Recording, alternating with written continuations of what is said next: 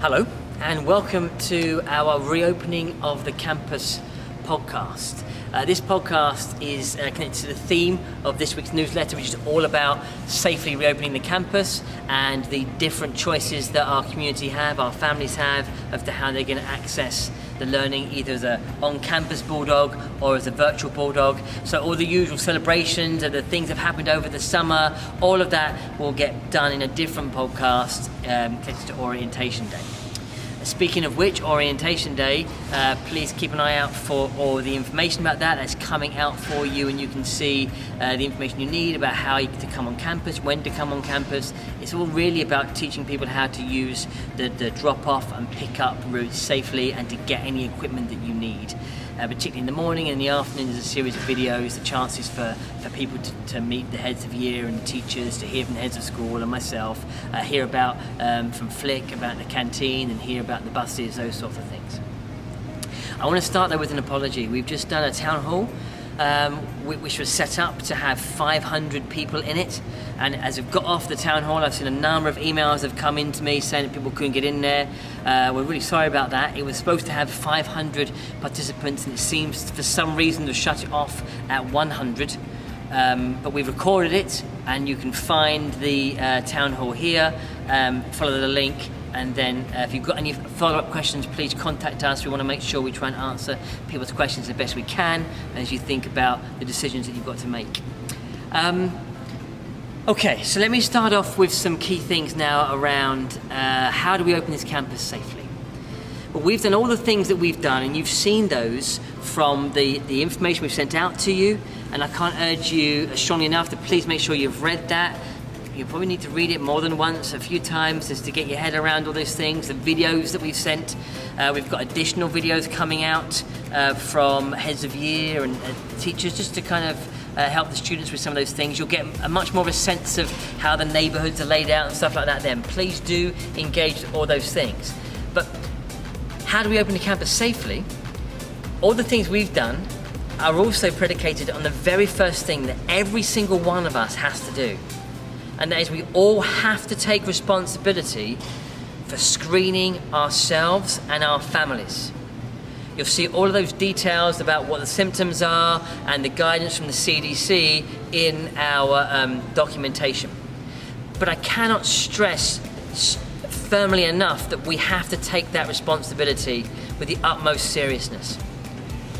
That's the first thing every day. If your child is showing symptoms, any symptoms, do not send them into campus. Keep them at home. Make those decisions as the parents to what you want to do in terms of getting them checked out by a medical professional. Tell the teacher that they're going to be accessing their school virtually for the day if they're well enough to do so. Do not send them into campus. If you send them into campus and we have to contact you and send them home, it's going to become much more complicated for you as parents. Because if we send them home, they're going into a quarantine period. Unless they have been signed off by medical professionals and COVID tested, it's going to cost you time and money. So please, focus, screen. Do not send your children into school if you are in any doubt about any of it. If they're well enough, they can access it virtually for the day, and then you can make your decisions from that point. Obviously, we're focused on getting this campus open and getting our students into fantastic learning experiences from across the whole school. The key focus at the moment has been about getting students back into some of that core business of the regular lessons, following their regular timetables, regular live inputs from their teachers, whether they are here or whether they are face-to-face. All of that, again, we've shared with you. Some elements of the program are not going to be up and running from the first day. So, for example, CCAs will not be running at the beginning of the school year. I hope the reasoning for that is pretty obvious in the current climate, but we will not be running them. It will be probably October, most likely after the October break, that we would even begin that CCA program. And when we do begin it, again, it might begin slow and ramp up. Also, in the secondary school, the enrichment program will not happen from that first few weeks. The students will still be in school with us, with their teachers, but we're going to be doing some more work around personal social health, education, some work on mindfulness and well-being with them as we make them comfortable and deal with the climate that we all currently find ourselves in. And then slowly, at the beginning of September time, the enrichment program will begin to then take off. Again, I hope you understand that some of those activities that we plan for those programs, CCAs and enrichment, they require a different level of distancing and different spaces to be used. We want to make sure that we do all those things safely and stagger the starts for some of those other elements of our program. This week has been fantastic for us. For most of us that have been here all summer, it's been just lovely to have the rest of the staff back on campus. Again, I cannot tell you how motivating it is for me as a school leader to have the staff back on campus with their energy and their passion and their creativity. And I never fail to be inspired by our teachers and how they're taking on board this situation and looking for creative ways to create brilliant learning experiences for students. We've been doing it all safely. Everyone's wearing their masks. We haven't had big group meetings face-to-face. We've done all of those virtually. We only meet in small, very specific learning community groups. Again, everyone's socially distanced, but it's been brilliant to have everybody back on campus. And I suppose now what I want to do is have a bit of a plea. I'm going to ask our families, our parents, and our students just to think about something for a second. We're all moving into the unknown. We're doing it as safely as we can. We're doing it to control all the things that are in our control to make sure that we can do it in a safe and engaging and exciting way. I just want you to think for a second. What our teachers are about to embark on doing is, I think, the hardest thing they've ever been asked to do in their careers. Pivoting to virtual teaching and the virtual school experience was a real challenge. Our teachers rose to that challenge and did an amazing job with the virtual school experience. But they were still teaching and existing in the same plane as their students. They were virtual, the students were virtual. Now, our teachers are working in a scenario whereby they're operating in two planes. They've got the students physically in front of them and all of their safety to think about and all the great learning to do with them, as well as our students at home that are working in a virtual school experience. Just think about that for a second. That's not easy to do. And again, credit to our staff, they've taken on this challenge this week brilliantly. But it's a real difficult thing for anyone to do. In addition to making it work, and there'll be days when it works well, there'll be lessons that go really well, there'll be some lessons that don't go very well. That happens all the time in a school. The difference now, of course, is that they've now got people watching them do it, and it's being recorded. So a couple of things for you to think about here.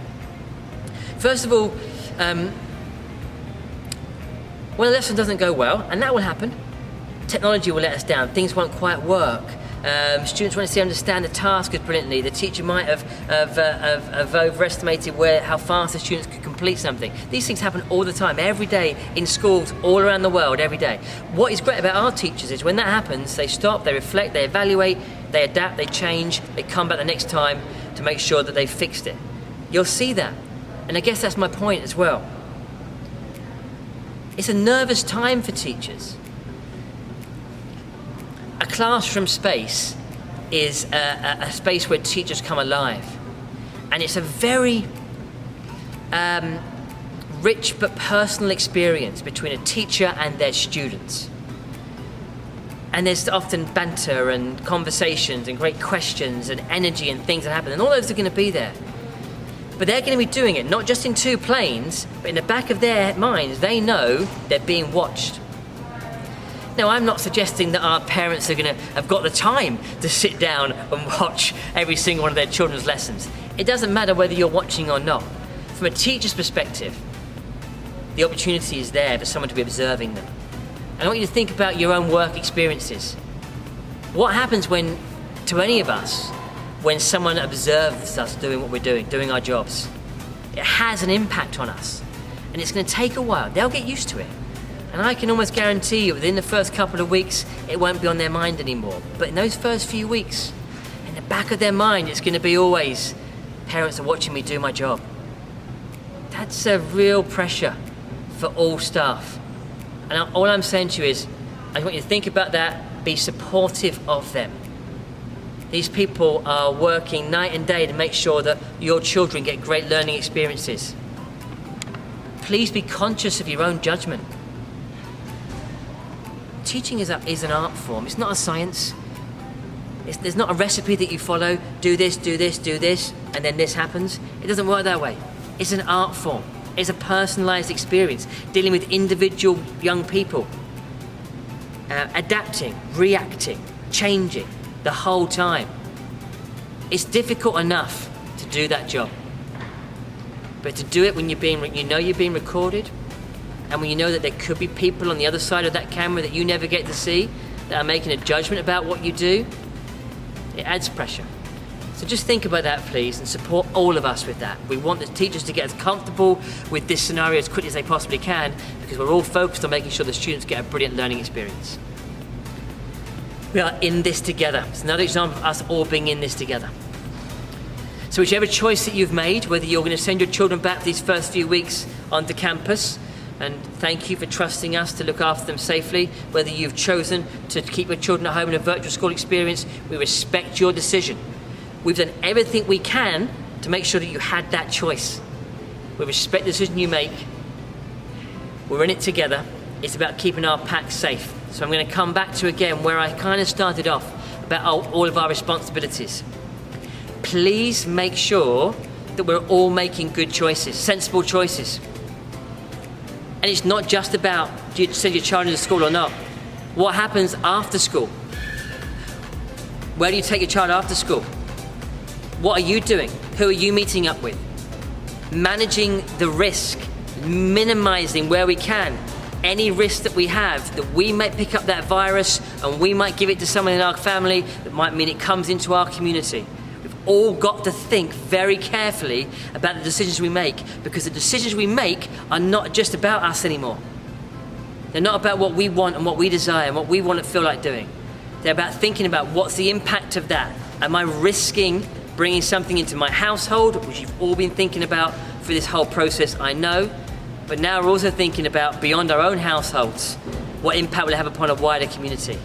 So please do think carefully about the decisions that you make and the things that you do and the risks that you take. They're all calculated risks, I know. I know our community are being sensible and wearing masks and keeping distance and doing all the things that are in our control to minimize that risk. But the risk is real. It is there. And we need to do our part to make sure we can try and keep each other safe. Protect the pack, that's the phrase we're using, okay? We're all bulldogs here. This is one big bulldog family, one big bulldog pack, and everybody in our pack needs to do their part to protect the pack and to keep the pack safe. Please read all the information in the newsletter. Contact your teacher, your head of school, myself, whoever you feel you need to contact to get the information you need. We're in it together. That includes dialogue and helping each other. Thank you so much. Cannot wait to see everybody, whether it's face-to-face or virtually. It's just going to be great to have school started again. Take care, stay distanced, stay safe.